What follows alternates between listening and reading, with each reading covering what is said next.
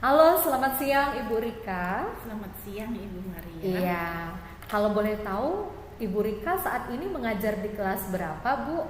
Saat ini saya mengajar di kelas 3 Untuk mata pelajaran? mata pelajaran IPAS.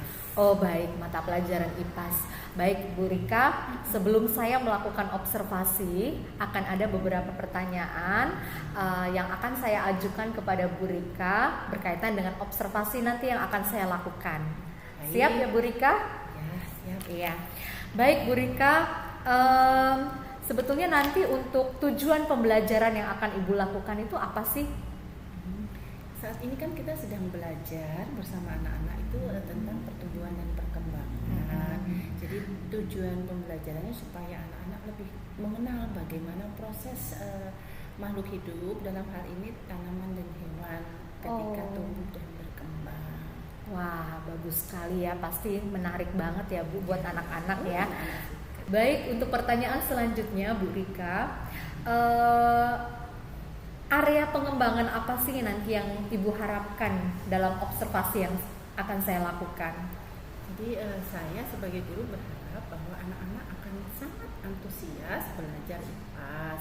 Lalu yang kedua, mereka menjadi jauh lebih memahami materi yang dipelajarinya,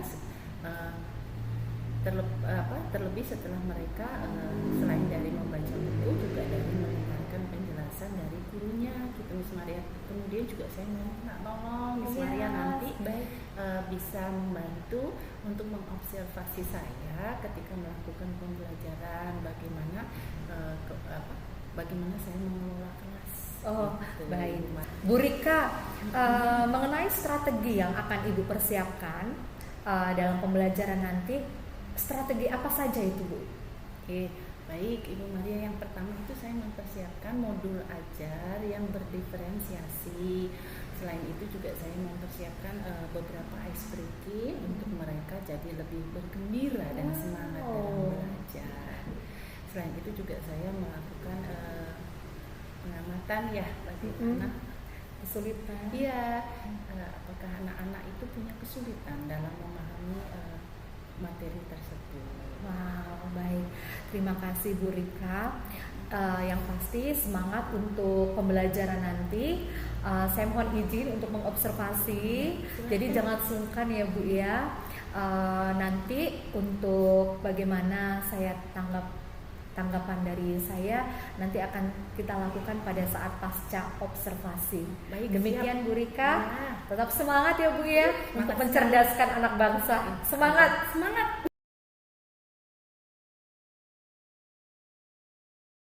Good morning, everyone. How are you today?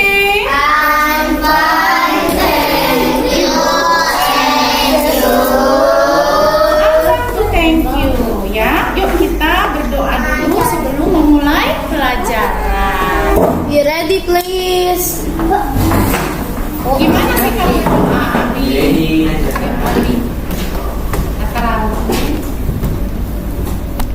Start to pray.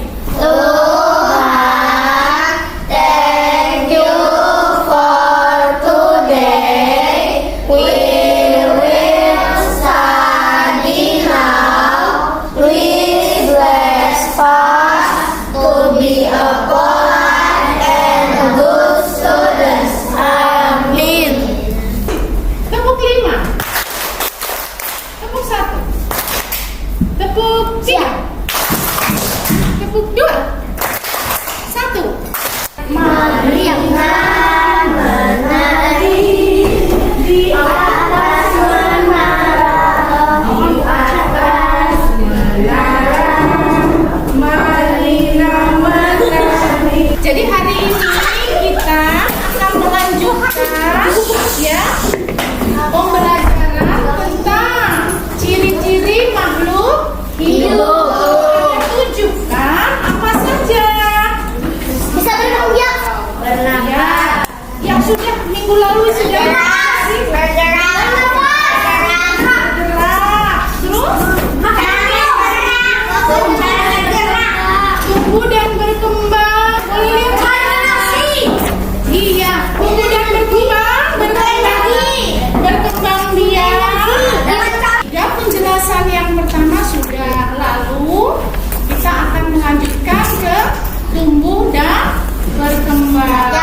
Bedanya tumbuh dan berkembang ada yang tahu? Tumbuh itu lebih lagi besar. Kita udah lihat yang kita dapat selama kita berkembang ya kita tumbuh satu bulan Tumbuh dan berkembang itu ada bedanya, ya.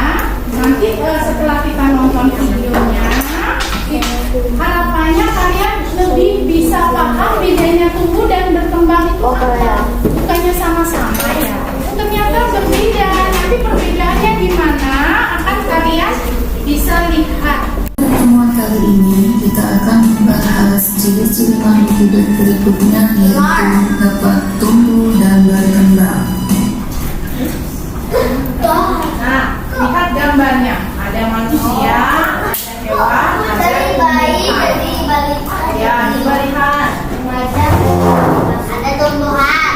Tujuan pembelajaran yang akan kalian capai pada kesempatan ini yaitu mengidentifikasi perbedaan pertumbuhan dan perkembangan makhluk hidup.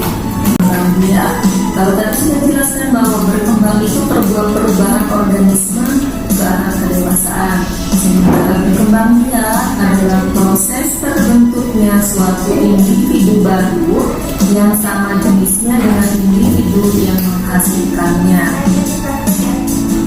Jadi sudah jelas ya bahwa berkembang biak itu bertujuan untuk mempertahankan jenisnya supaya tidak mengalami Ayam, Ringo, bebek, bertelur,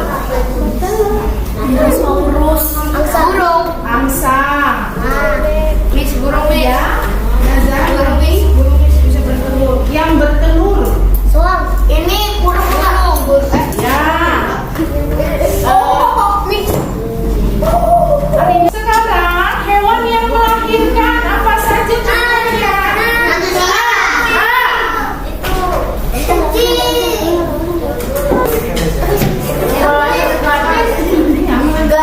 Gajah. Ya. Emang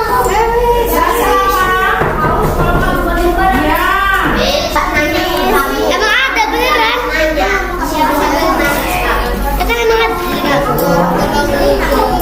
Susah. Dormansi itu sebuah kondisi di mana tumbuhan dia hidup ya, tapi dia tidak mengalami perkembangan atau pertumbuhan. Contohnya kok bisa gitu? Kenapa bisa begitu? Ya, karena ya dia berada pada musim yang sangat atau cuaca yang sangat ekstrim. Ekstrim itu berbeda sekali. Contohnya ketika salju atau musim dingin. Ya, dia perlu sinar matahari untuk makanannya. Itu nah. Nah, tumbuhan itu juga perlu makan. Iya. Tumbuhan juga perlu makan. Iya, makanannya dari mana? Sinar matahari. Sinar air terus Sinar. biar apa? Air.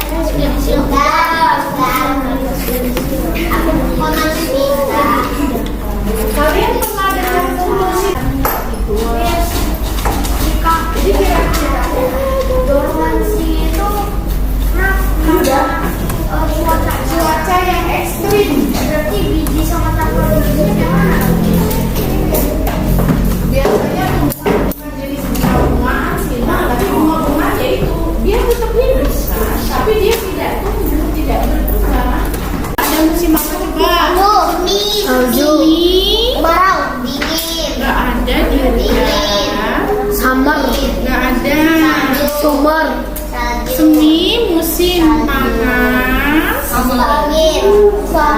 musim gugur, Salju. musim dingin atau salju.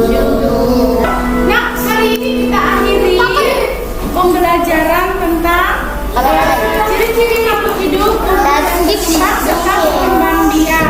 Jadi kalau tumbuh dan berkembang apa perbedaannya? Kalau tumbuh apa nak? Lihat satu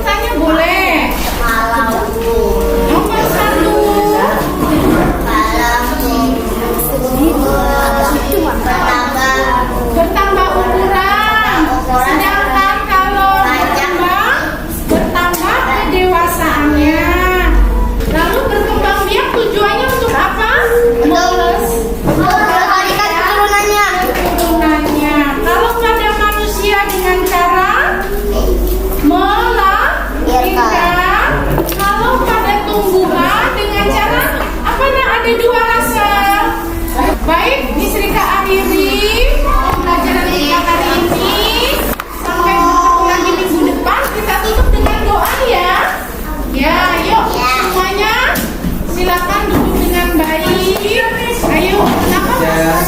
Makan ya. Ya, vice leadernya yuk pimpin doa. Makan, doa makan. Doa mau pulang. Allah mau balik lagi. Pulang. Iya, tapi nggak apa-apa. Kan jangan pulang. Satu Tuhan, thank you for today. Afternoon teachers and friends. Thank you everyone. You may lunch. Thank you. Terima kasih ya.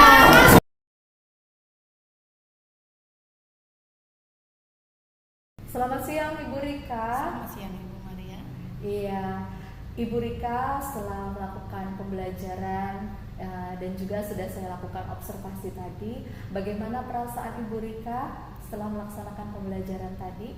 Senang Maria karena itu berjalan baik walaupun ada di beberapa bagian yang memerlukan perbaikan lah terhadap situasi ketika proses pembelajaran berlangsung. Oke, baik Ibu, dalam pelaksanaan pasca observasi ini, apa sih tujuan yang Ibu harapkan dalam pertemuan kita kali ini? Saya mendapatkan evaluasi ya dari Ibu Maria terkait bagaimana saya mengajar di kelas yang nantinya bisa membuat saya lebih baik lagi dalam mengajar, fasilitasi anak-anak untuk lebih semangat dalam belajar. Oke, baiklah Bu.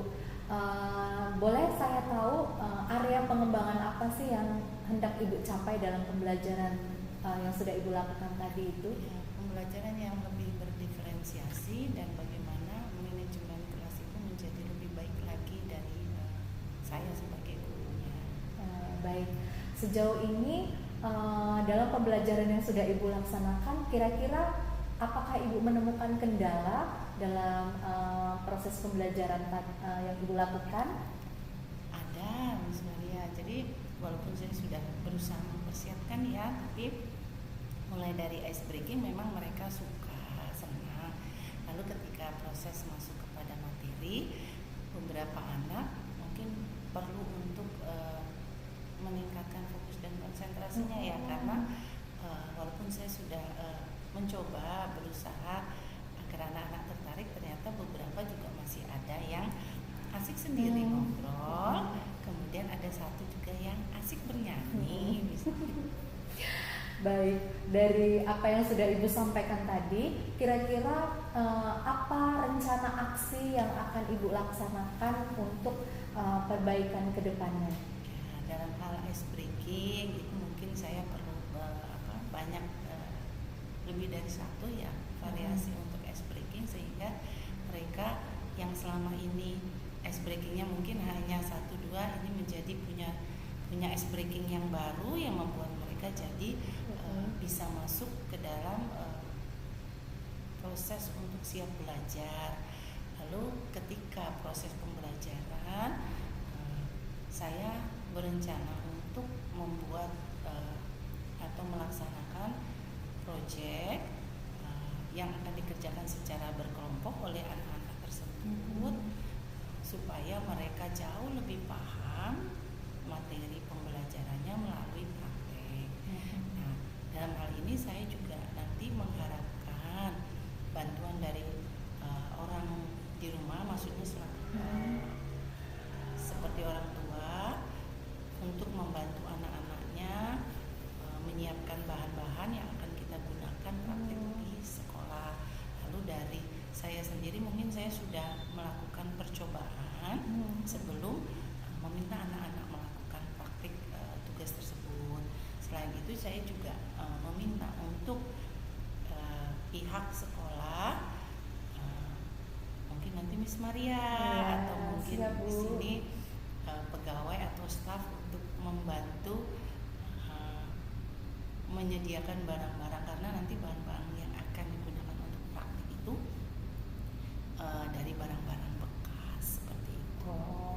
baik itu bagus sekali ya Bu ya pembelajarannya. Terima Nah, kasih. dari yang sudah Ibu sampaikan itu tadi yang pertama itu kan ice breaking yang bervariatif sehingga anak-anak lebih tertarik untuk mengkondisikan anak sebelum belajar ya kan Bu.